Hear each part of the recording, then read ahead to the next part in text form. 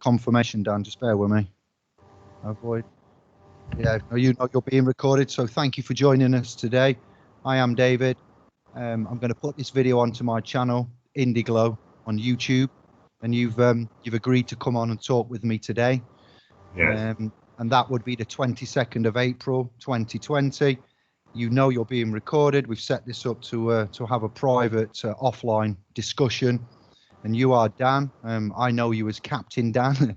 You can introduce yourself after I've finished. And we're here today to talk about your knowledge. I am a man that searches substance over the form. I think that's why the other brother has put us in touch. So I'm not a pilot. I have flown a plane. I said a little tiny tin bath that I had as a birthday present when I was 21, and the man behind me in the tin bath with wings, he let go. He prepared me and said, "Off you go." And I had a little, banking, is it? Yeah. And so forth. Yeah. And I looked at the primitive designs, and I noticed that the door next to me resembled a Volkswagen Beetle style Mark 1 Beetle, and it didn't look safe. And as we banked and climbed, it's pitch and yaw and roll. It's coming back.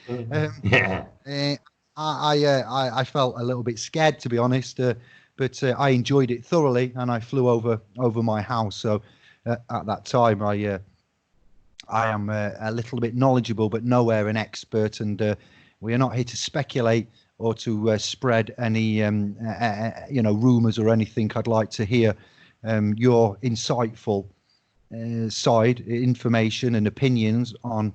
We're going to talk about a controversial subject. That would be 9/11 and the dates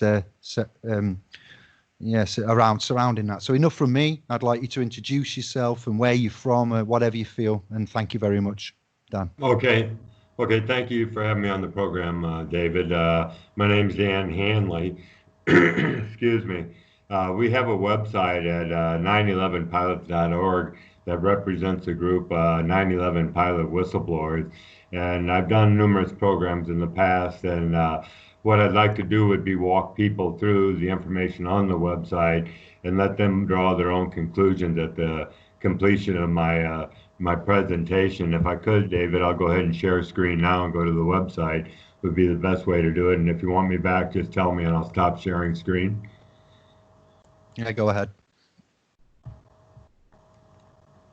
Okay, this is at 911pilots.org. This is about me.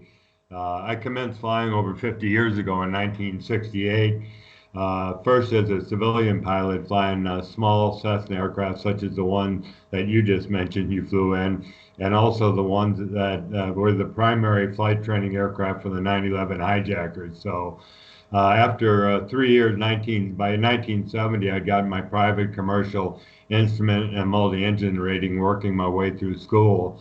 And then I went on to Southern Illinois University where I got an applied math degree. And when I got out in 73, the Vietnam War was still raging and I had to make service plans. So I chose naval aviation. And over the course of the next 10 years, I flew a 4-engine turboprop called the P-3 Orion, where we tracked Soviet submarines during the Cold War. In 1978, I was hired by United Airlines as a pilot. And over the period of the next 25 years, I flew about 7 airplanes there, the 737, 727, 757, 767, 777, and the Airbus A319-320. And in 2002, 2003, I began speaking out about various issues related to 9/11. I won't go into detail because it would be another program all by itself, but I was terminated 11 years prior to my mandatory retirement age of 65 for speaking out about these issues. So I fought that with the government for about 5 years and lost my case because they wouldn't even review evidence or interview witnesses that I had available. So that cost me a 27-year marriage, the alienation of my 2 kids who are now adults that blame me for the divorce and still believe the 9/11 official story and think that their dad is a whacked out conspiracy nut. and they don't talk to me as a result. And it cost me about $4 million in pay, pension, and stock. But I got a statement on the website that I wrote myself, and I said, with all my flight experience, I can unequivocally state that I could not possibly have flown the 9/11 flight profile, in particular the Pentagon profile at those speed and altitudes, and flying the spectacular aerial maneuvers performed by the alleged Muslim hijackers. So I don't believe that these inexperienced Muslim hijackers could have possibly flown the aircraft that day, because they had never flown nor seen the cockpit of a Boeing 757-67 aircraft. And the last estimate I got is the 2017 estimate that there's about 290,000 pilots in the world today. And what we're doing, and I'll talk about it a little bit later, is we're trying to get pilots to come forth from all over the world to make that assertion that they could not have flown the aircraft themselves. You go to our homepage, it says, welcome to 911pilots.org. We're demanding the truth about 9/11 and justice for the world. And here's what we ask. Could unskilled pilots do this? That's the South Tower being hit. And we say highly skilled pilots couldn't. And that's our contention. So on the homepage, I introduce myself again, and I say the 9/11 pilot whistleblower's purpose is to recruit these highly trained and experienced civilian, military, and airline pilots, whether they're active or retired, from around the world, who would be willing to come forth and examine the available evidence, which we have here on the website, and testify before a committee or on camera, via Skype or some other medium, or in person, as to the difficulty of the maneuvers that these guys supposedly executed on 9/11. And we're saying that not only could they not have flown it, but highly skilled pilots could not have flown it either. And an example we give is the purported flight profile flown by Hanley, who was the alleged Muslim hijacker that piloted American Airlines Flight 77 that supposedly hit the Pentagon on 9/11. Here's the profile. I got a short video clip I'll show here in a minute. But the aircraft was reported to have conducted a descending and accelerating 330-degree corkscrew turn from 7,000 feet just west of the Pentagon, accelerating as they descended, to arrive precisely at ground level to strike the Officer of Naval Intelligence at nearly 500 miles per hour. Then I said this maneuver is replicated in a simulator, and rather than go into it, I'd like to show this short video clip because it's pretty profound what they discover on it here.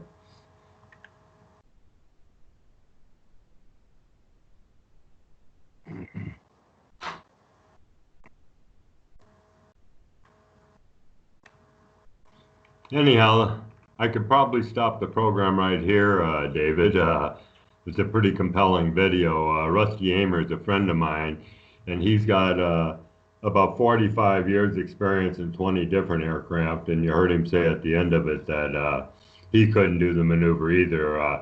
They did have a captain with a large number of flight hours and years of experience try it in the simulator, and after his 22nd try, he was successful in hitting the Pentagon. So we're led to believe that Hani Hanjour, the alleged Muslim hijacker, did it on his first try, which is ludicrous.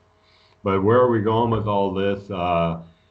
We've got another international grassroots group called the Lawyers Committee for 9/11 Inquiry. And what they did was get together with the biggest 9/11 whistleblowers in the world. And they gathered together evidence packages, and they petitioned the U.S. Attorney for the Southern District of New York to convene a grand jury investigation into their allegations that World Trade Center buildings 1, 2, and 7, and yes, there was a third building that came down that day, collapsed due to controlled demolition, and not because of jet aircraft damage or jet fuel fires that ensued. So what they did was present 52 evidence packages to him and force the grand jury to be convened. But just last week, the Attorney General Barr in the United States refused to release critical evidence it's claiming it was secret and it would damage, it was in danger of national security interests, so they wouldn't release the uh, the information. But our group, 9/11 Pilot Whistleblowers, I just last month had a conference call with 4 of their board members, and they're not legally representing us at this point in time. But they assured us that if we could collect affidavits from pilots from around the world, that they would present them to stating what we said before, that they could not have flown the profile and neither could the hijackers. They would present them to the U.S. attorney in hopes that they would convene another grand jury investigation into the 9/11 Commission's contention that these pilots flew the aircraft. So we've got a contact us page here. It's a join us page. I'll just flip on that real quick. We're asking everybody, not just pilots, but the general public to join us here in our crusade. It's a real simple, easy to fill in format. We just ask first name, last name, email, country in case we want to call you, your phone number, and any comment you have. And if you're a pilot, we're asking that you please indicate your aircraft type or any other type of information that that you think would be useful to us. But going back to the home page, that pretty much summarizes what we're doing. It's got please click here. They both take you to the same page of the website. And then we've got a few videos on here, and that's actually the airplane that struck the field out in Pennsylvania, and it says there's 2977 killed. But if you go to our menu, it's a drop-down menu. If you just float your mouse over the top of it, we got a motto that says patriotism and freedom of speech in action, because we believe what we're doing is patriotic and trying to expose the most heinous crime ever committed on American soil in its history, perhaps in the world. And we still believe we have First Amendment and freedom of speech rights. We also have a memorial page that we just posted up there. It shows the 26 flight attendants and 8 pilots that died on 9/11 and said, may they rest in peace. But now these next 4 pages are really the meat of the website here. And the first one I'd like to go to is the cockpit. Now, you saw in the... Go ahead. May I just, because I've got questions and I'm not making notes. So before, just pin that then. Thank you very much for that. That was quite a nice in-depth, summarization, a comprehensive summarization of the reasons why. So may I just start by saying, what is the it's quite obvious to you and I, but not to others, that we have to just take a moment and say, what would you say is the biggest disadvantages then of going from a bathtub with wings or a Cessna? Is that right? A Cessna, did you say, the plane? Yeah, right. A Cessna 172. A Cessna 172 to going to a Boeing then of these descriptions there. Could you just explain the differences in cockpit and controls and dexterity for that? And I just need to go and grab something. So I'll literally be 1 second, but if you could just start to continue on. And I'm going to go and get a name of something I've left next door. But if you could just, for the viewers, I've been in one of these, and I've also asked the captain when we've gone to Greece and Hungary about the gyroscope and the shape of the realm, and I've been privy. I was one of the last men, I suppose, to take my daughter into the cockpit whilst we was flying before 9/11. I was on a plane, and I asked the captain whilst we was flying and I've got pictures of the French Alps whilst we was altitude 60,000, and we was going over I think we was going to Italy in about must be 07, and that was with a previous partner, with my actual flesh and blood assets, sired sons there, and we went in and had a look at the French Alps before this horrific event in history. And I was quite privy to so I've seen very many areas, and I've seen with my own eyes both pits. But could you, just while I run next door, and I have another question as well. All right, thank you. Because I actually believe, as do other people, that 99.999% of the global population fell for the official 9/11 story that these pilots flew these airplanes is because they're not pilots. I'm not talking down here, but they cannot conceive of the absurdity of the notion that these poorly trained and inexperienced pilots flew the aircraft. Now this photo below is that of a Cessna 172 cockpit, and this was the primary flight training aircraft for the 9/11 hijacker. Now, first thing you want to note is these round instrument dials. These are the old-fashioned type. As a matter of fact, 52 years ago, I started flying in this kind of an airplane with these old round instrument dials. These are just radios here on the center panel. There's a throttle, a mixture that controls the fuel air mixture of to the engine, and a carburetor heat knob, and there's some light switches down here. So there's not even any instrument panel on the co-pilot side here. Now, when you go down to the 767, this is what we've been told. These hijackers would sight unseen, never seen the cockpit before, never having flown an airplane this large before, was able to break into the cockpit, slit the pilot's throats, pull them out of the seat, jump into the seats, and fly these airplanes. The first thing you note here are these instruments displays or CRT displays that have a wealth of information on them. Okay, they do have backup old type instruments here, but these are the engine instrument indications for the two engines. And these two black squares here, they're flight management computers, which are used the primary source for, you can also guide the airplane using this panel up here, but normally in flight, this is the primary navigation source for the autopilot to fly the airplane. And we'll get back to that later because on another topic, but they would not have a clue as to how to use these things, and yet they somehow were able to navigate from Boston down to New York. And look at this center pedestal here, all the knobs and switches and dials that you don't see up here. So that by itself, we say, do you notice any subtle differences? Of course you do. David, are you with me? No. Okay, I'll continue on. I am with you. Yeah, I'm with you there. Yeah. Let me go back. Let me go back to cockpit then, David, because I was just finishing up describing the differences between the two. Did you have a question or comment you wanted to make regarding this? David?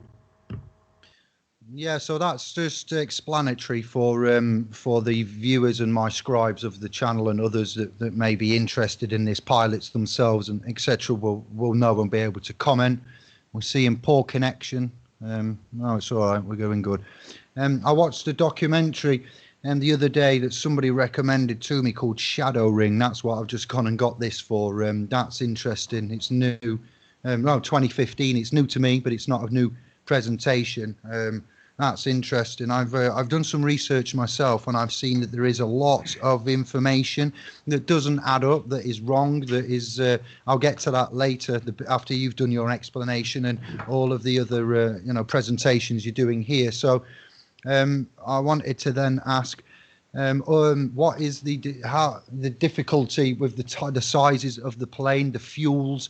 The Pentagon, there was nothing found. I heard the coroner walked up to the site, I hear, from reports and stories, and that they walked away again because there was no bodies, there was no plane, there was no evidence of anything. Right. So there was speculation on that. And when the coroner was asked, the coroners, I imagine, why are you going? There's a job here to be done, and they're like, there's no plane, there's no bodies.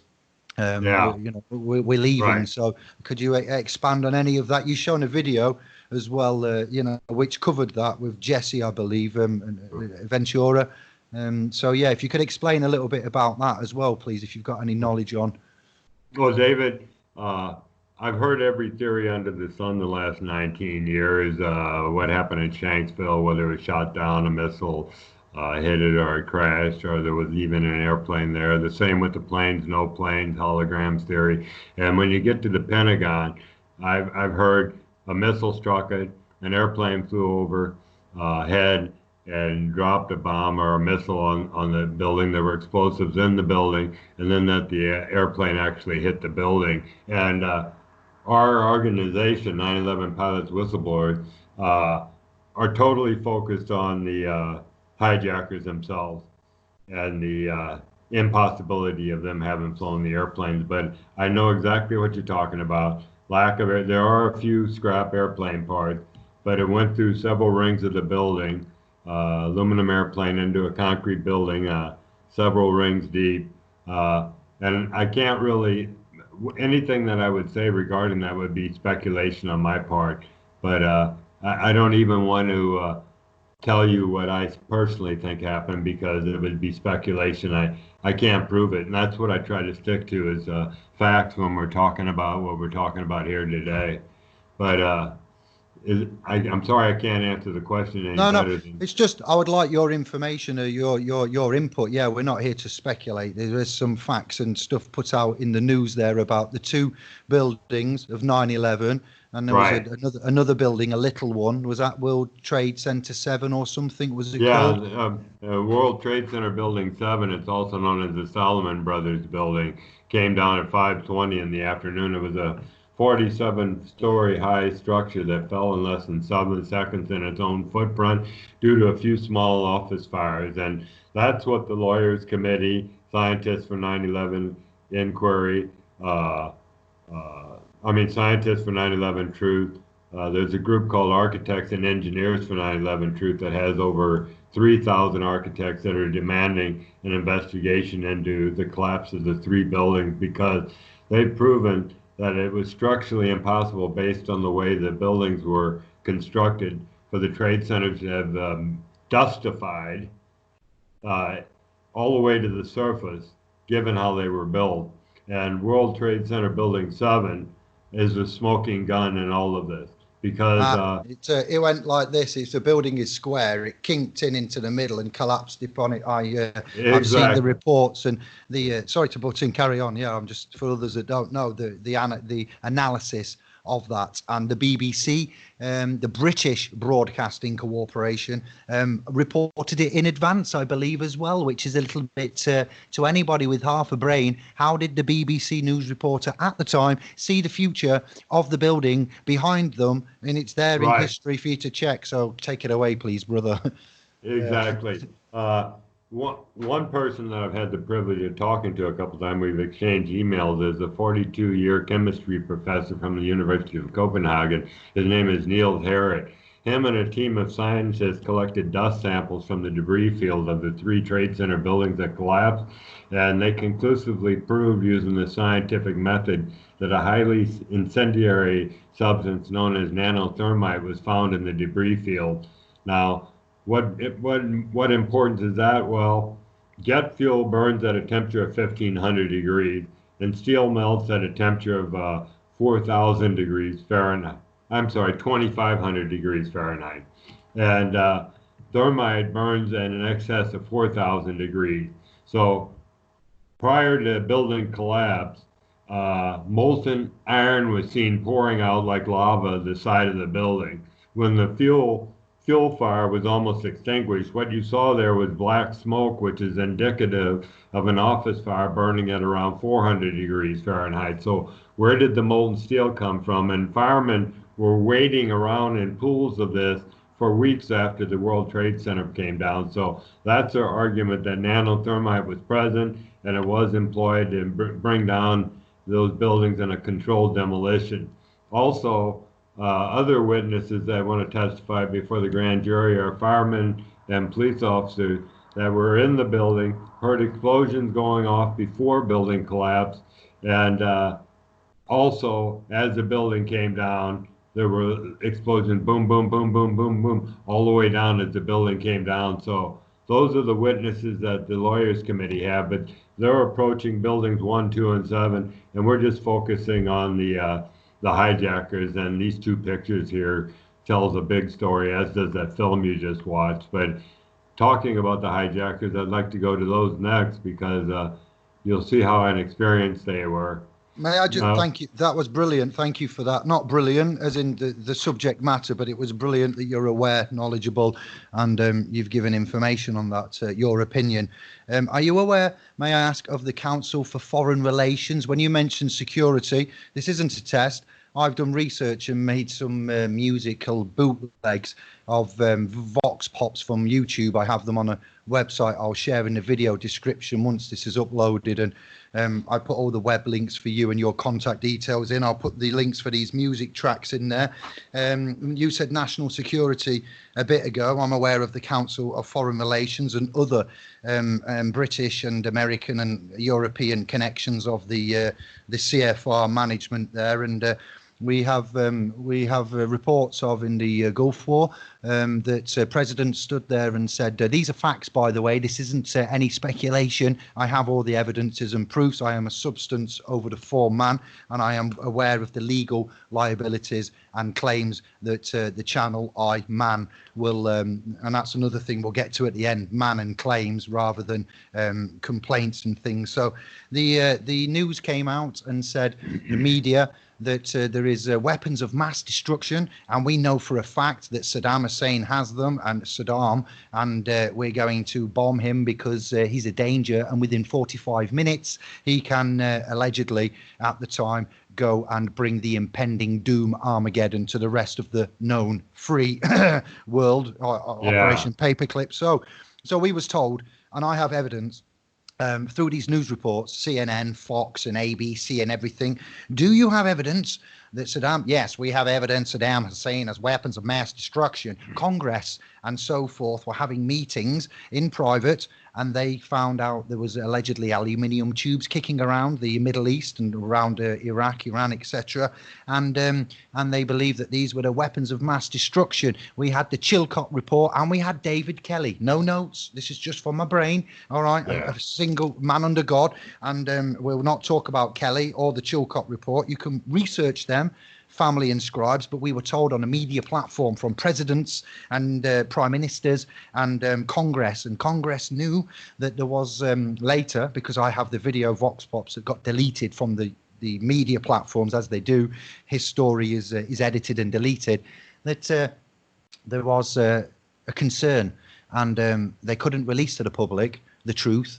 So they had a mainstream media narrative, and the mainstream media narrative was not the same as what was being discussed in Congress. And Congress knew certain things, but because of national security, the Council of Foreign Affairs and whatnot, and the overall agenda and objective for this regarding Kelly and Chilcot, that's just we're sidetracking, but evidence and history dictates to us and stipulates that there has been foul play, lies, errors. The building, I'm doing this in a certain way. It's freestyle and off the cuff. It's the best way I find, and we find that there is concerns there of what would you say, misalignment of truth and fact. What is on the narrative top? What's happening underneath?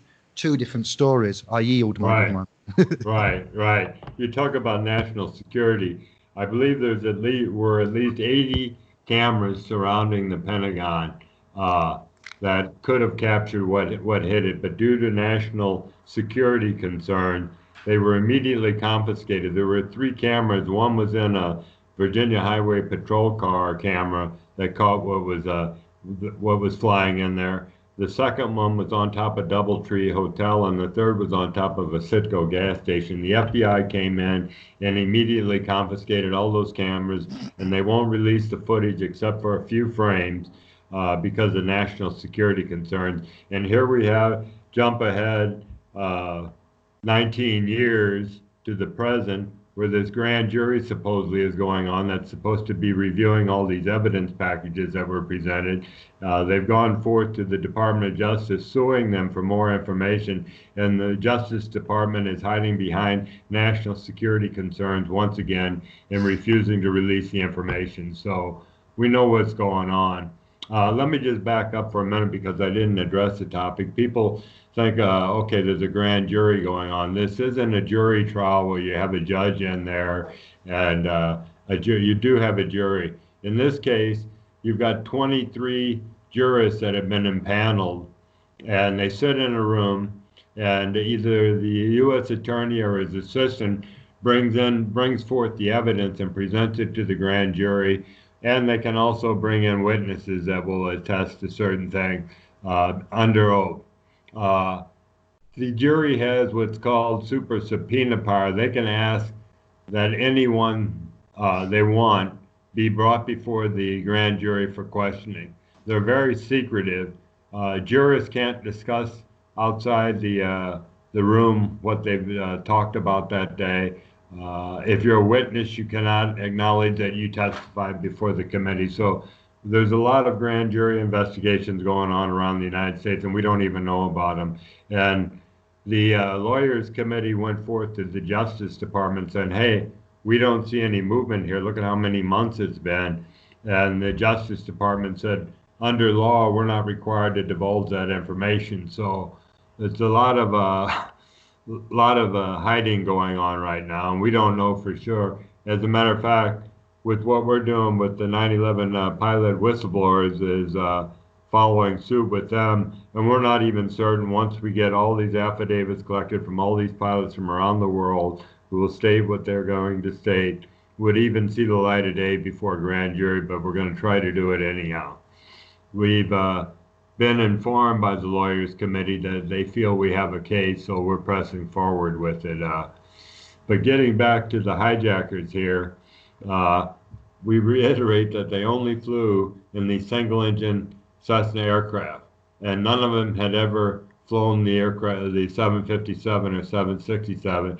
And I'll talk in miles per hour in a minute, but it's flying in speeds of excess of 400 to 500 knots. A knot is just 1.15 statute miles, so miles per hour is a little bit higher than that. But Mohammed Atta is the first one we profile, and we profile the two guys that hit the Twin Towers, but we don't say a whole lot about them because their profile was not as profound as the one Hanley flew at the Pentagon. But Mohammed Atta was an Egyptian hijacker, and he was one of the ringleaders of an alleged, we'll say. Alleged. Yeah, it's all right. Sorry. I usually can't say a hijacker without saying alleged. That's the one. Yeah. I'll back you up. I'll look after it. Okay, thank you. Anyhow, he flew American Airlines Flight 11 to the North Tower of the World Trade Center. He was the oldest one at age 33. He started flying in June 2000 and got his commercial and instrument rating. There's his impact speed in miles per hour, 465 miles per hour. Now, there's nothing too phenomenal about the flight path because it was basically a straight-in approach from the north at an incredible speed. But we point out that the precision required to execute the maneuver he performed would be equivalent to getting in a large semi-tractor trailer that you've never driven before, accelerating to over 500 miles an hour and driving through a jiffy loop without scraping the sides of the truck and without ever having driven the truck before. So that's how precise a maneuver would have to be. And you have to realize at those speeds, and these guys were in airplanes that maybe maxed out at 120 knots flying speed, the Cessnas, okay?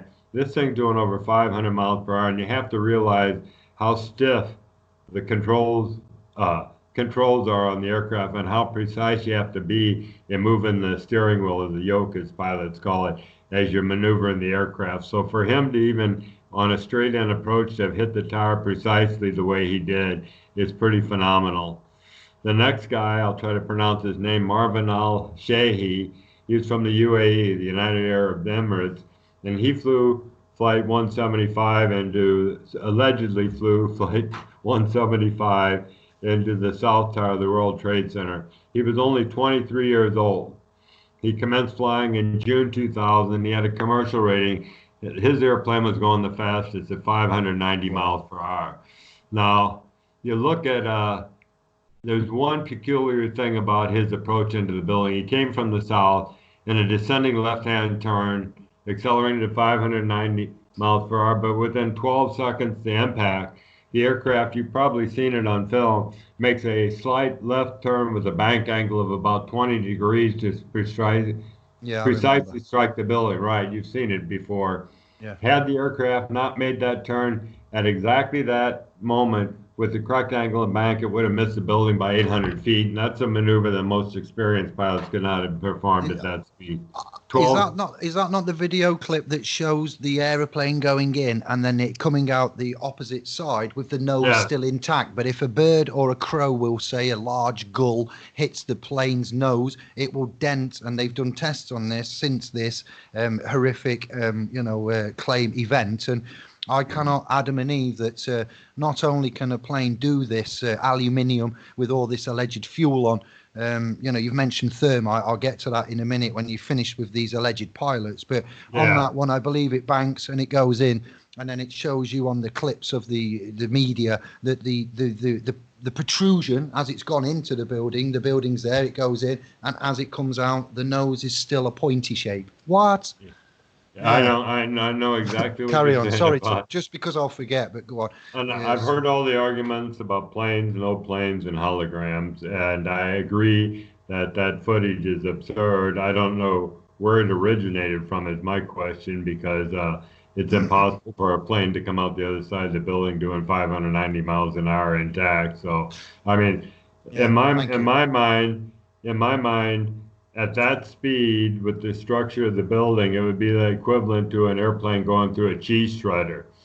It would disintegrate between the columns of the building, but it still shows a hole in the building. So there's a lot of speculation on what could have, some people think that a missile was fired seconds before it hit the building, and that's what enabled it to penetrate. But that's still a mystery to me. But again, we're straying off the focus of what our group concentrates on. We just like to try to No. I've seen that with my own eyes, and I wanted your opinion. I don't want you to confirm or deny. I was, asking you, and I'm telling you what I've seen there. Like I've heard firemen telling the world that they was downstairs and they heard boom, boom, boom, boom, boom, boom before. Right. And etc. And those men, them poor men, were there to do a job. And I think you should try, I don't know if you have done, but you should try to collect not only pilots, but all emergency service workers and get affidavits of whom is around in all of the vicinity, because they will all add up, much like the ones that found an engine on a street corner in New York that didn't match either of them engines. The systems on the control, the emergency anti-hijack, anti-terrorism, not anti, but if the pilot has a heart attack and so forth, then they have emergency systems on to autopilot and get it back on course. So I've just letting you know, out of my passion and interest, so others on the video feed can hear my opinions and my data that I've seen. It's old and it's fragmented, but it's stuck with me, and I'd like to bring it up. I don't need you to confirm or deny it. I've seen it and I've got it. Yeah, so I'm just bringing it into the mix. Or not only do we have first-hand knowledge from, bless you, from you and what your work and what you've done, but we have knowledge from video footage, media, BBC, CNN, Sky, Fox, and then we have the subsequent reports and the rivers of thermite burning for months. And the only thing that was found in all of that wreckage was these man's passports. Shut up. Yeah. I know it's pathetic. But you said we should get affidavits from the firemen. Well, actually, I said that they produced 57 evidence packages presented to this grand jury. They got 118 firemen's statements saying what they saw, what they heard. So that's part of what's going into this grand jury investigation. So hopefully that will be presented to the jury. But I'm not holding my breath. Here's our man here. Here's the smoking gun, Hani Hanjour, okay? He was the third one. He was the Saudi Arabian alleged hijacker, a pilot of American 77 that allegedly crashed into the Pentagon on September 11th. Age 29, commercial rating, and he hit it at 530 miles per hour. You saw the video, and I already explained the maneuver that he having only a few hundred hours of total flight time, but these notes are important, and some of them are quotes right from newspaper. We already said he only trained in single engine. He did train in a twin Piper, but had never flown a jet aircraft before. And he actually came to the States in the mid-90s and took some flight training lessons, and then went back to, where did I say he's from, the UAE? Yeah. Saudi Arabia. He went back to Saudi Arabia and came back in January of 2001. And here's an example. Arizona Jet Tech Flight School reported him at least 5 times to the FAA because his English was so inadequate he couldn't qualify for a commercial pilot certificate. It took him 5 hours to complete an oral exam meant to last 2 hours, and the Jet Tech manager said he could not fly at all. This is a month before 9/11. Here in August 2001, Hanger began making cross-country flights to test security, and he tried to rent an airplane from Freeway Airport in Maryland. They declined him because he exhibited difficulty controlling and landing a Cessna aircraft. They mentioned that in the film we just saw. But according to the 9/11 Commission, now this should be official, Hanger began his training in earnest, but in reality, while he was at CRM, he never finished his coursework to get his certificate to be able to fly a single-engine aircraft. Now here comes the news media reports. New York Times reported that he was a lackadaisical student who often cut class and never displayed the passion so common among bidding commercial airline pilots. ABC News reported that when he returned to CRM, he was trying for his private pilot's license, but according to one of his instructors, he was a very poor student who skipped homework and missed flights. The school's attorney said that when Hanjo reapplied later in 2000, we declined to provide him training because we didn't think he was a good enough student when he was there in 1996 and 97. The school's owner described him as a weak student who was wasting our resources. He says one of the first accomplishments of someone in flight school is to fly a plane without an instructor. And finally, the Chicago Tribune reported that while he was at CRM, a flight instructor said Hanjo had left the impression of being unimpressive. He was making weak progress. That was the president of CRM that made that statement. So here we have this guy, a maneuver that can't be replicated in a simulator. He's 29 years old with a commercial rating, and he gets all this negative press, and yet the global population bought into the story. And I'll say it again, I think you're away from your mic when I said it, David, but 99.999% of the global population fell for this story is because they're not pilots and they can't realize the absurdity of this ludicrous notion that these pilots flew these airplanes. So, do you have any comments or questions you want to make about the hijackers, David? No, I just I would just like to take this moment to say that we're doing this respectfully. I'm in a line of work where we operate on evidences, and we know in law that if you make a claim, this is real law, not just your public secular Roman codes and so forth, your constitutional, congressional or parliamentary. We're talking about real life in law. We make a claim, man makes a claim, then man is required to provide the material evidences of the facts of the claim. We call it the burden of proof as well in another way. And if you do not have the material facts of the claim, the evidences and the burden of proof, then there is no claim. And what they've claimed in public and shown and put out as the narrative, and what we've seen is a bit like all the other areas that I investigate. And, it's not just law we do sciences and so forth, but we'll not distract from the point. But when somebody tells me something, especially David, then I will ask them, where did you get that from? Can you show it me? What have you got? And, if it's law, if it's a remedy, if it's science, if it's health, if it's technology, it doesn't matter.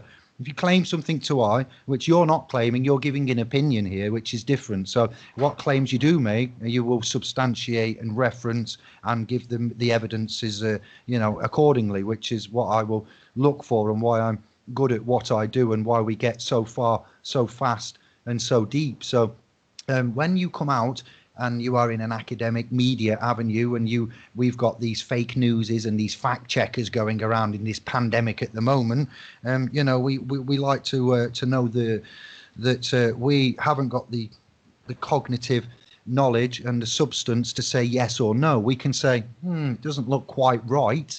There's something fishy about this. Normally with the media and the boat people, the Admiralty, Maritime, it's very fishy. The merchants, mermaid, mer of the sea, and maid, lady. So sea lady, mermaid, merchant, song of the sea, a shanty. So we look at clues in the words, and they often give us the truth in plain sight there. But this time, we had alleged meetings of the Osamas in America. Apparently there was only a certain amount planes allowed to fly that day, and one of them was allegedly a family member of. We had, much like with this July underground scenario in Britain, England, UK, we had a training exercise going off in the air, at the time of this horrific event for you in America, and we had a training exercise going off in the was it July, underground London issues there. So there's too much fogginess. There's not enough actual, because like I say, finding passports, you're telling me that the building's disintegrated, not telling me, you're showing me the media, Fox, CNN, Sky, BBC, all of the big ones there, that CBS and they're not limited exclusively to those, but those are the ones that was hyping it up and using it as a media Hollywood production. News, north, east, west, south. They are stories. They're not actual facts. Listen to me now, not you, but the scribes and the viewers. If you're listening to a story, are you listening to fact?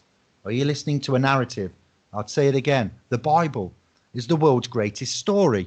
Now, is that a historical, factual book? Or is that something what you might read to your assets at night time, because it's an adventure, an event. So there you go, an event. So events and stories and news and what's going off here. So when you claim, you must have the proofs. They've claimed, and we've had a look. And not I, but I have helped, and you've had a look. We've got a man here who's flown professionally. He's built a website and he's done some digging. He's found some other pilots, and he's found, I think that was Jesse Ventura, and they've gone through extensive time and investigations to see if what we're being told adds up. And again, something fishy. We're in the air now, nothing to do with boat people, but the Air Force and the events and the data and the claims, it doesn't add up.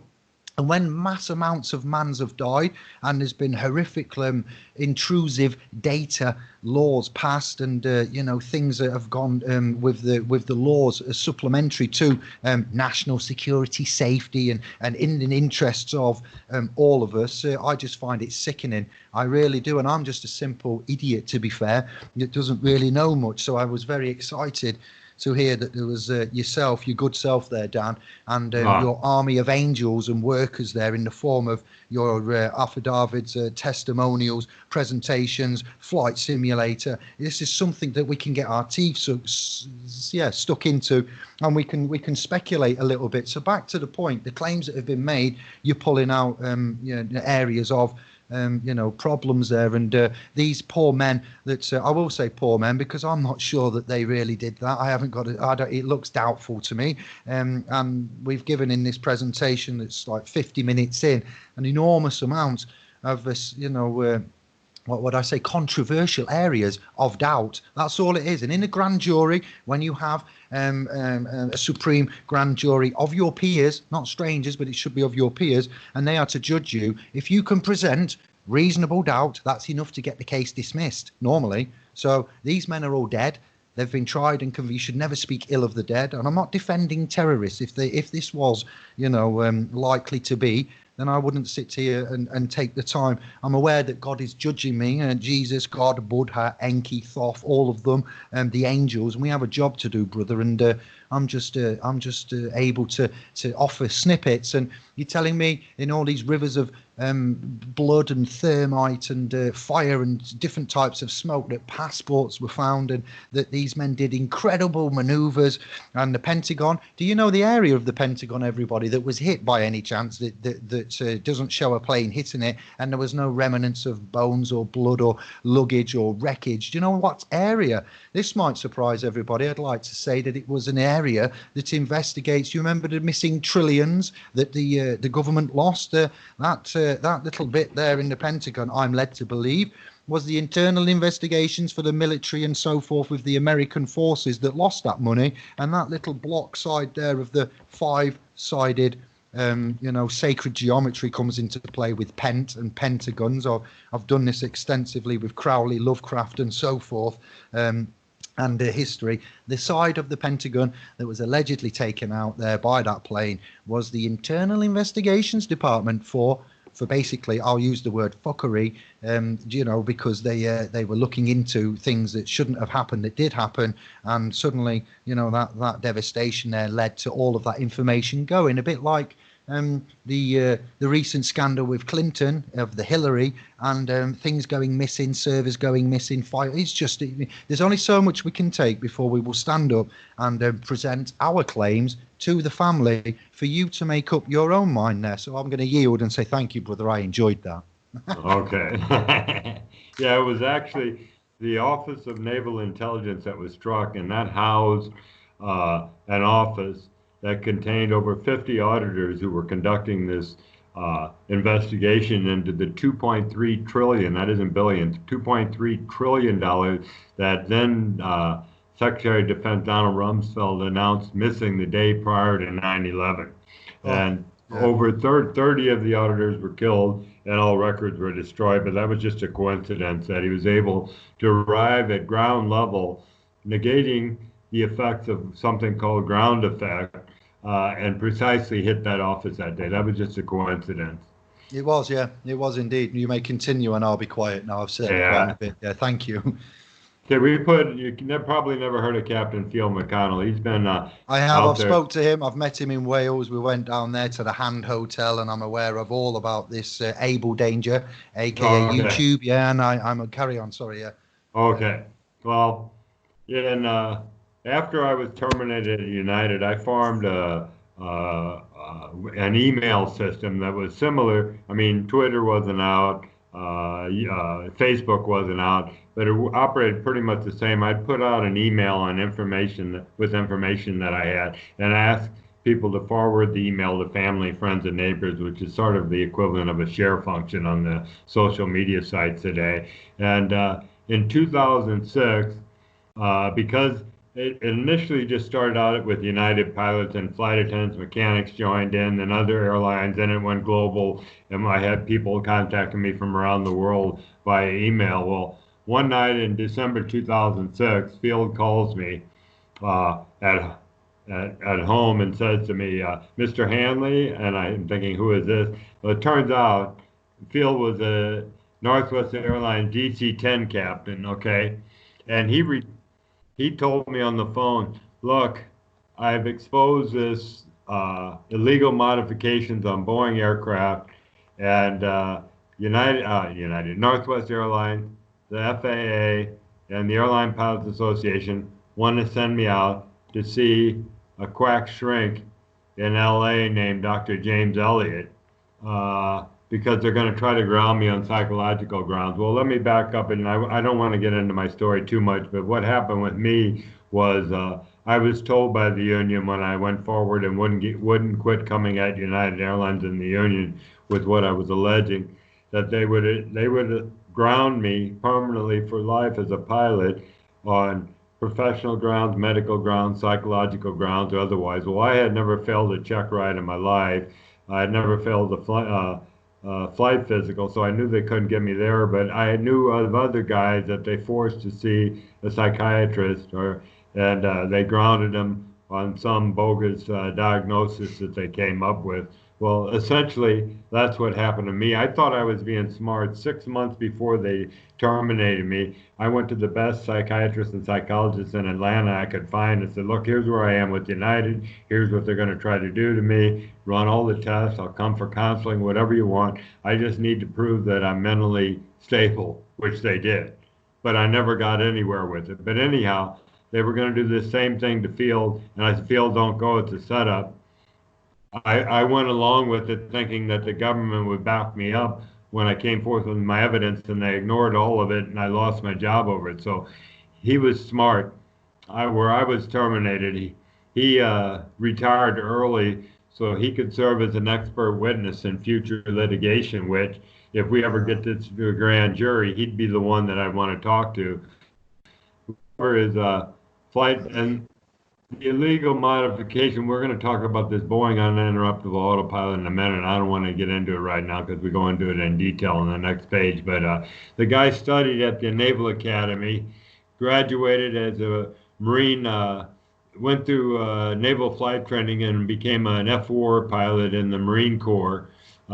He went on, he's the only pilot I know that has 3 sets of wings, Navy, Army, and Air Force, because he served in the Marine Corps flying the F-4, and then he went on to the Air National Guard and then flew with the Air Force Reserves and wound up flying F-16. And he retired in June 1993 on Pearl Harbor Day because he refused to serve under Clinton. So what Field did, he filed a federal suit and he was going to go in court pro se representing himself. And the judge tossed his case, so he could get nowhere with it. But we got a video here on Field at the bottom that goes into a lot of detail, and I put Semper Fi because that's how we always sign our emails. But that's Field McConnell. That's how I met him. And this next page we go to has to do with remote controlled aircraft. Now people get to this page and go, oh, I suppose now you're going to tell me that the 9/11 aircraft were remote controlled. Well, no, we're going to present information to you and let you make that determination. So thank you. Let me just go.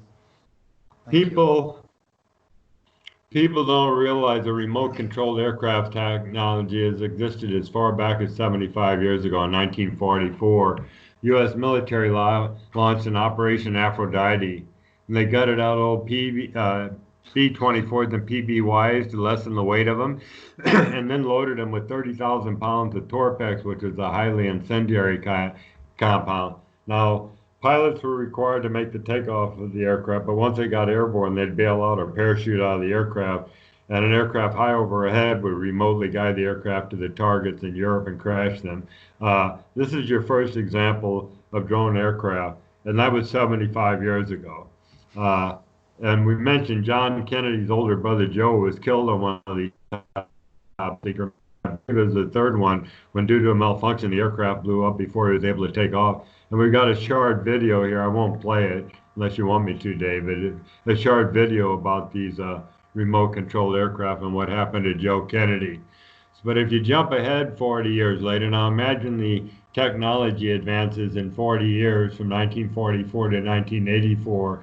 The FAA and NASA conducted a joint crash test experiment in a remote location to test crew and passenger survivability in the event of a crash landing. Now, they use this pictured here, this Boeing 720.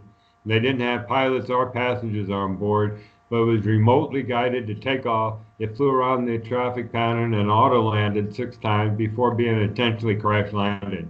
So that's the size of the airplane. This is only a few-minute video here.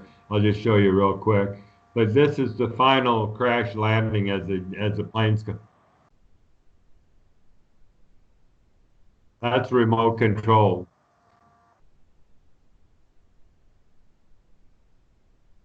That's really all it shows on there. They go into detail about what they discovered from the crash. But anyhow, now you jump ahead 2 decades to the mid-1990s.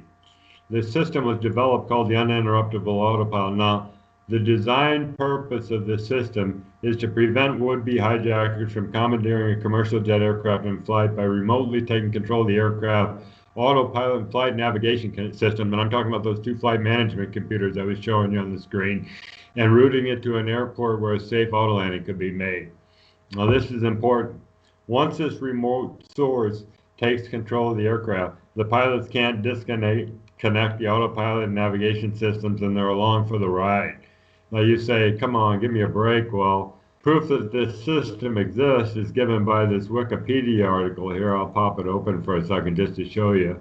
But it's somewhat misleading because if you go down here, they said Boeing was awarded the patent in 2006. Well, while that may be true, we have proof here that the system was, I said there's very strong evidence that it was developed and produced in the mid-90s.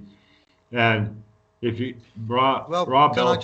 we don't always, just to interrupt, Wikipedia is dangerous. It's not substantiated, cited all the time, and it's subject to edits and revisions. Yeah. And we would go to the Lockheed Martins or the Boeings and so forth, and we would go with freedom of information and with regards to criminal investigations, murder, manslaughter, etc., then you would get to privy rights to get that information. So we would ask in the judicial realm, the application would be made, and we wouldn't use. I'm not having a go at you initially. It's grand, but you see, you've just said there's conflict there. We find in law with going back to 1066 and land tenures and certain things that I've had to dig through from 1300s and the proclamations from the papacy. I found issues with Wikipedia, and it seems that they. I'm not having a go. All I'm saying is that we need to go to the organ grinder and knock a Right. monkey on some cases, and I'm sure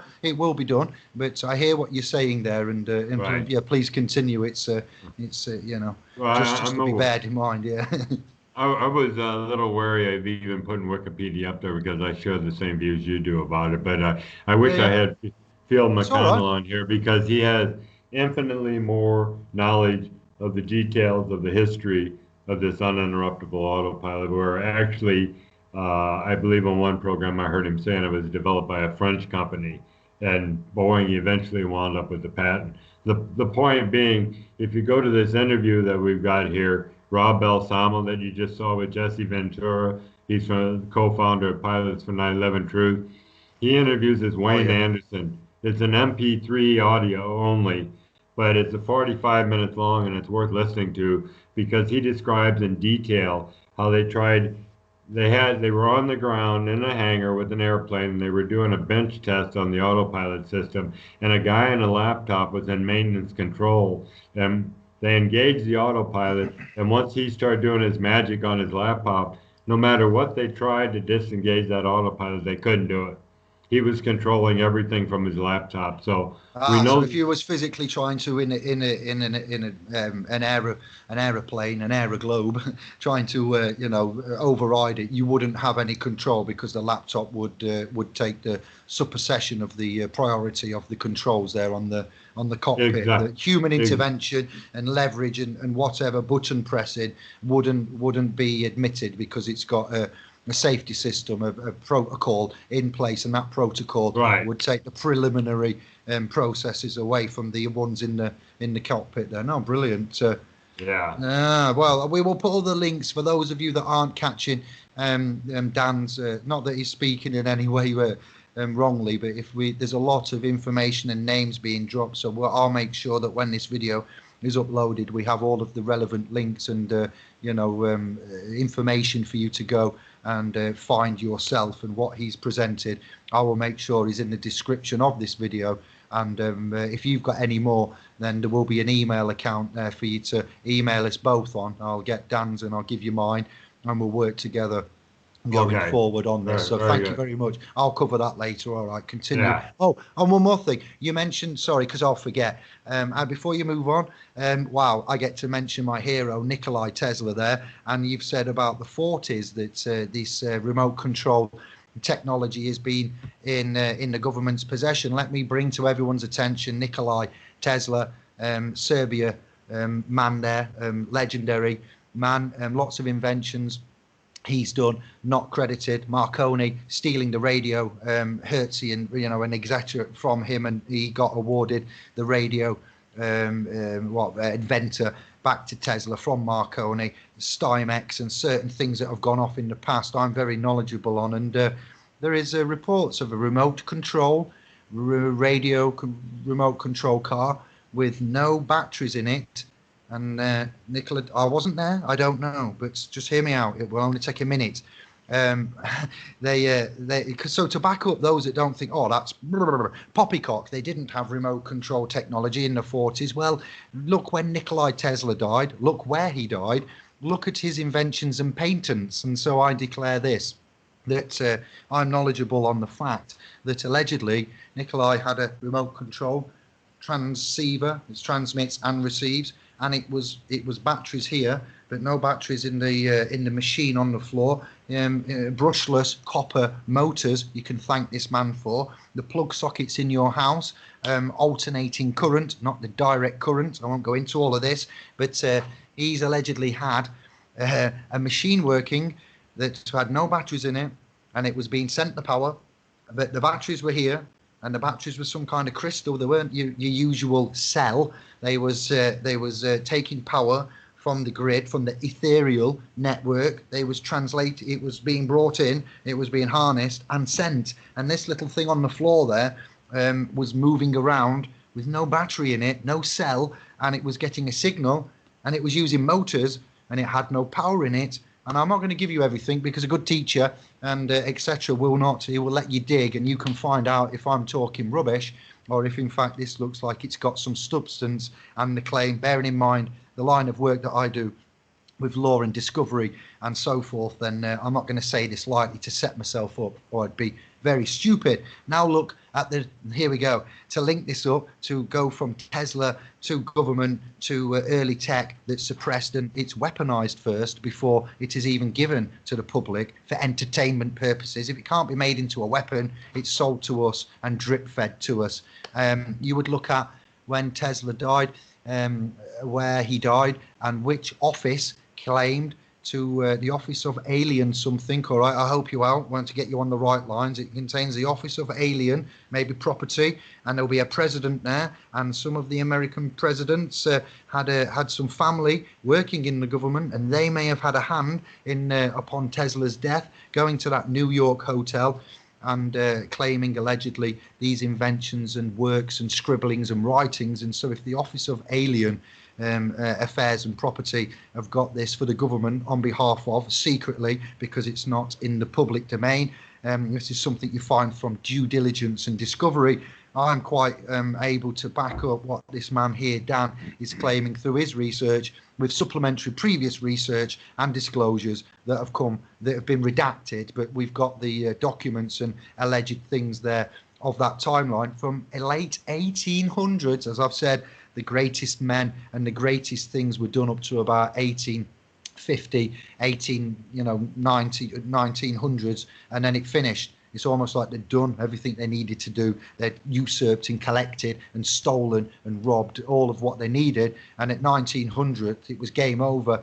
Tesla and others was some of the great alchemists and scientists of their time. Isaac Newton was another one, the late 1850s, going away. So I just wanted to back up what Brother Dan's saying there. For those that are like, blah, blah, blah, no, it can't be. Well, check your facts and history and timelines and government acquisitions, and you will be delighted to find, much like Victor's, Grebnikov and Schrauberger, to go with Tesla. And there's a man called Jacques Fresco. While I'm on this little preach, there's 4 names there that are my heroes. And please continue, Dan.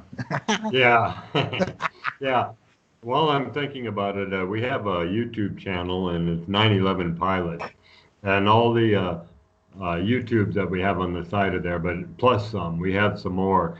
And this man here, we've got 3 videos here. There's one with James Corbett, and here's one with Christopher Boleyn. I don't know if you know him, but he's very knowledgeable on the uninterruptible autopilot, but that's by Richie Ellen in the UK. But this man here, I did a whole program with a guy named Scott Bennett in New York on Jason Goodman's program, just devoted to this man. He was assigned as comptroller to the Pentagon to oversee the auditors that were investigating the missing trillion in May of 2001. One second.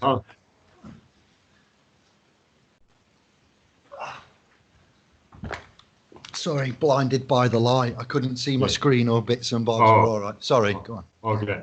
He was the comptroller at the Pentagon overseeing the auditors that were investigating the missing trillions. But he was CEO of a company called System Planning Corporation, and they had a huge defense contracts with the U.S. government, and one of the things they created was something called the flight termination system, and I'm not going to get into it all, but it involved remotely controlling, like take for an example a missile test on the range, and it goes awry, and they've got to either destroy it or bring the airborne platform down. This flight termination system remotely takes control of it and guides it either to a safe location to crash land it or parachute the vehicle down. Well, I'll leave it to people to go back and watch this video and that one and form their own opinion.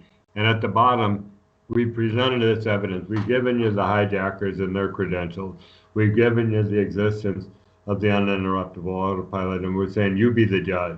You ask yourself, was it these poorly trained pilots that could barely handle a Cessna flying, or was it the uninterruptible autopilot? And after you watch these 3 videos here, I think you'll come to the same conclusions that we have. That's pretty much it. The rest of the website.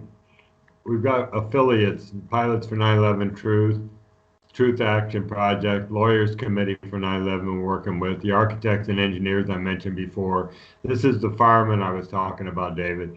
They're the ones that going before, and I'm All right. also Yeah. U.S. military officers, and these are our affiliates that we're working with. And then I'll close with this, and it's our national Well, motto. And we'll call them angels if they're helping this and you in any way, and they're doing that. They're classified as angels or good spirits and souls. If not angels, then just messengers from God, God's helpers there on this realm where the devil seems to think it's. Well, it does say it's his playground in some ways, but we're trying to put barriers up so he can protect a bit. So bless them affiliations that you brought there. I'll be yeah, sure to link them. Yeah, bless them. Nice one. yeah. We need Anyhow. help. Yeah. In closing the website, we say our national motto, the U.S. national motto is "In God We Trust." And we say America, based on the religious beliefs of our founding fathers, is essentially a Christian nation established on Christian principles.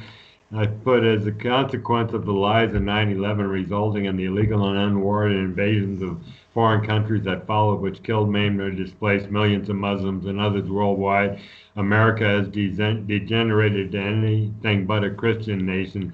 Is this the America you grew up in? That plays a nice Christian song there, but that's essentially the website.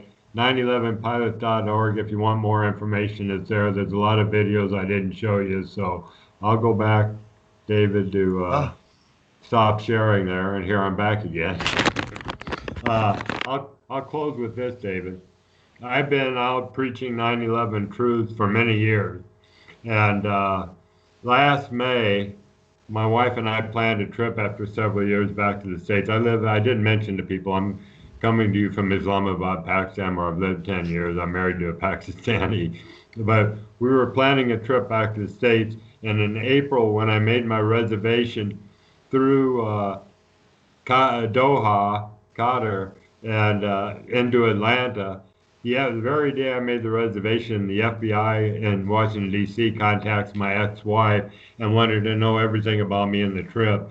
Well, I called the FBI in Washington and say, okay, what's up? Why are you asking my ex-wife? And they wouldn't give me any information. So I told my wife, well, we can expect something coming into the States. So sure enough, we get into the immigration hall, and my wife went over to the foreigners line because she's a Pakistani. I went to the U.S. line, and I wasn't there but a minute when a man and a woman escorts my wife over to the cordoned off area and introduces himself. One was an FBI agent, and the other was a Transportation Security Administration agent. They showed me their IDs, and they said, "Mr. Hanley, do you have a few minutes?" Well, I knew one, they knew what flight I was coming on, two, what I looked like, and knew three, who I was. So I said, "Sure, I was I was expecting you, right?"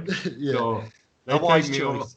You didn't have They much of take a choice, really, did you? You have no well, choice. Yeah. they were being polite, but I said sure. Yeah. So they took us over to a separate desk where there was no line, and they said, "Here, stamp their passports." And the immigration officer looked in the computer and he looked up at the FBI agent and said, "You know this guy's red, don't you?" So Oh, red flag, red flag, Red Bull. Sorry, go on. I didn't ask what that meant. Well, they took us in a room, and all they really wanted to know. And I said, "What are you doing in the States?" I go, "Well, I'm an American citizen with a passport. I came to visit family." So they wanted to know where I was going to be and phone contact numbers and everything, and I gave them that. But the big deal was when we were leaving. Again, they knew when I was leaving because when we were walking down this crowded concourse, another FBI agent and TS agent walked up behind us and identified themselves. Said, "You got time for questions?" Well, we got there early. I said, "Yeah, we got plenty of time." So they took us in a room and sat me down, and they said, "First of all, we want to thank you for your 10 years military service in the Navy as an officer aviator," which told me they knew that about me, right? And they said, "We certainly respect your First Amendment freedom of speech rights." So then they said, "Have you ever been threatened?" I said, "No, why should I be concerned?" And I go, "No, but have you?" And I said, "Well, I have people on Facebook that have called me a traitor because I oppose U.S. foreign policy in the Middle East and South Asia, and I don't believe the 9/11 story." But my wife buries her head in her lap, laughing, saying, "He posts on Facebook. He doesn't do anything. He just posts on Facebook." So they questioned me for about a half hour, but my caution to everyone who doesn't think NSA and the intelligence agencies are watching your every move on social media platform. They are. They knew everything. They knew about my groups. They knew about things I had said. So just last month or the month before, uh, I'm permanently banned from Facebook. I've been on it for years, and I had 10,000 friends and followers. And I posted something on the uninterruptible autopilot, tying it to 9/11, Malaysia Air 370, and I mentioned Jacob Rothschild, and I had 5 links substantiating my claim. And within 5 minutes, they removed me for security reasons. So I tried to get back on. They removed me again. The third time, they removed me for security reasons. I said, Facebook, goodbye. So any of my friends out there in Facebook world that are listening to this, I'm on Twitter at Dan Hanley 4 and LinkedIn at Dan Hanley. I miss you guys and women. Come back and see me so I can communicate with you, because I'm off Facebook forever. So I'll close with that, David. I'd argue that the Facebook domain there is owned by and run. It was set up. I've seen the alleged inside of the that video where he was in an interview. Was it Zuckerberg himself? And he took the jacket off and he exposed the inside, and it had some kind of pentagon and diagrams. And there's many things about Facebook that are fishy, and I've deleted my profile, my person's profile from there that I used to manage as the man, and I lost contact with Italy, Greece, and all my families, and I missed them as well. But I've then set up another profile on behalf of my legal person that I manage, and I'm aware with you there. When I talk law and when we talk controversial things, it isn't fake. The platform is called Facebook, but the real men behind it are not Zuckerberg and office workers. They're national security, they're agents. Never have I seen a platform where man will give so much information freely. You will tell them where you're going, where you've been, what you've eaten. You'll show them pictures of your food, all of your family. And when I realised in Cambridge Analytica and so forth, and the not just that, but what's happening with the data mining, man has been turned into a target. Military have targets, and these targets are used for disgusting ways. Making and manufacturing without the consent makes me sick. So I'm sorry for that, brother. I've greatest of sympathy for you on that and what's happened there, and the fact that you've still got the balls to come back and go balls deep, as Eddie Bravo says, and so forth, and what's going on here in the realm, it's kudos to you. And I will give you, make sure I get all the links that I am required to have, and we will list them for you, Dan. You are what I call a living legend for the work you've done there. Who's helped you with that website? Is there anybody you'd like to say thank you to on that? Because it looks like you haven't. No offense, I'm building a website myself, and I know how intricate and tricky. Yeah, wow. I'm working with a lot of people behind the scenes, and just Dave and Doug, thank you for everything you've done, and also to another Dave that's a walking, talking encyclopedia of knowledge that's working with the lawyers committee that knows everything about 9/11. So. Anyhow. I'm done in 5 minutes. Yeah, the Queen's asking for a dinner now. I've got the Queen here in the kitchen banging. She's hungry. She's done a day's work. This is time finally. We're both busy men and got lots going off here. So I'd like to get you back at some point and see. What I'm going to do is I'm going to satisfy my Queen, number one, and then after that we will. I'll get this video uploaded as soon as I can, and I'll give you all the links for that, and make sure you're happy. When you're happy, I'll edit it and let it go public for my Indiglo scribes, and then we'll see the premiere, and I'll let you know when the premiere is. And if you can get onto YouTube, I will be there for the premiere, and we type and say hello to the chat room. We have the chat along the side. The video will be playing here, the chat by the side. We can both be there if you'd like, and I will ensure that. And then if and when we have more time, we get back together and reflect upon the feedback and see who we can collate. I would like to help you. Where did you say? Islamabad, Pakistan, or somewhere? Yeah, in Pakistan. Yeah. somewhere in Pakistan. So I'd like to work with you on the British side, and if we find somebody US as well, I suppose you've got a lot of contacts. I know who Field is and aware there. We will work with you as a family in private, and anything that needs to be done in law, you'll be pleased to know that David and the clan, the initiates of self, men of Ra, men of God, men of the realm.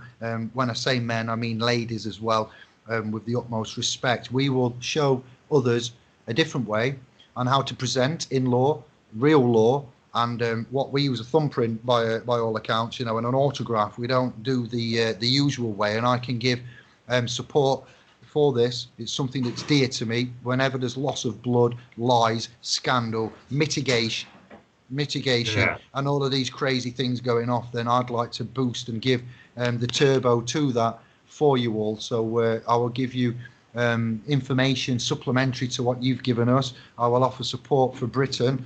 I presume you've got the rest locked, sorted out, and we will enjoy this trip down this road. I'd like to give respect now, and I'd like to say that I and Dan can speak for himself there, that we have not taken pleasure in this. We may have giggled and had a laugh, but there is respect to the lost lives and the horrific way that they've lost their lives. I'm recalling the Hollywood news stories now, capitalizing on this, sensationalizing on it. I feel sick when I think of those dots jumping, and just how I'm not happy at all. And for all those, I speak now to the realm. I use this I, and I will say that for those souls that are lost and trapped or whatever in this, we will aim to. Excuse me 1 minute. That's better. All right. We will aim to free them in their purgatory state there, and offer them respect and love. It's horrific when I'm thinking of all of the comments and the ones that are affected, that feel ripped off, lied to. These are the family members that are left now picking up the pieces. So this is not to promote and make money. This is an event, much like all the other events. We had Grenfell not long ago. We had the London trains, in the July time. We had Ariana of the Grande clan. My daughter here went to that concert, but the day before the Birmingham tragedies that allegedly happened, that was inspired by. So we have a job to do. This man, Dan, has done his job, and his family and his friends.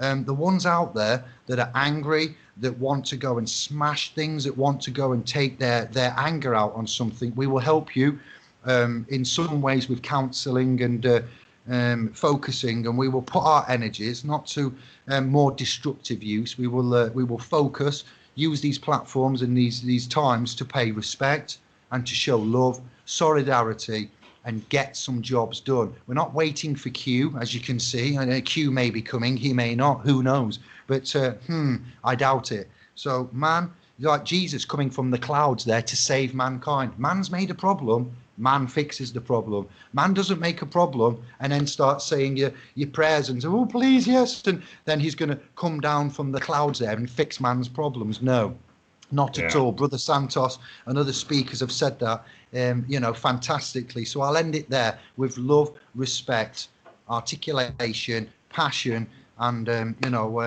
whichever. I'm not a man of religion, I'm a man of faith, and I operate as I'm told to do, as I'm instructed by divine, positive, natural law. And we're going to kick some asses here if we have to, and we will do that in an honourable, justified, lawful way. So thank you very much.